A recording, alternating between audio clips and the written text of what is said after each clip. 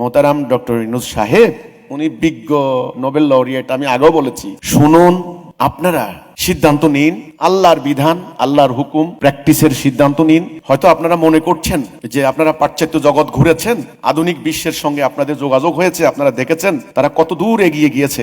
এটা ওদেরকে আমরা বলবো একটা বস্তুবাদী অ্যাডভান্সমেন্ট, একটা ম্যাটেরিয়ালিস্টিক অ্যাডভান্সমেন্ট, একটা বস্তুবাদী সভ্যতাকে দেখে আপনারা আপ্লুত হয়েছেন।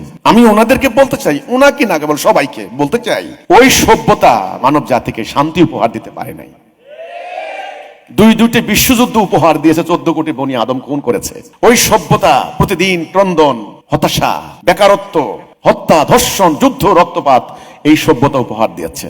কাজে আপনারা ওদের একপেশে বস্তুবাদী সভ্যতা দেখে আপ্লুত হবেন না।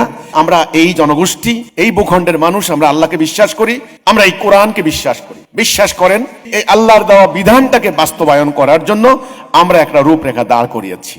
আমি অনুরোধ করব ওনাদের প্রতি, আমাদের প্রস্তাবনাগুলি বিবেচনায় আনুন, ব্যাস।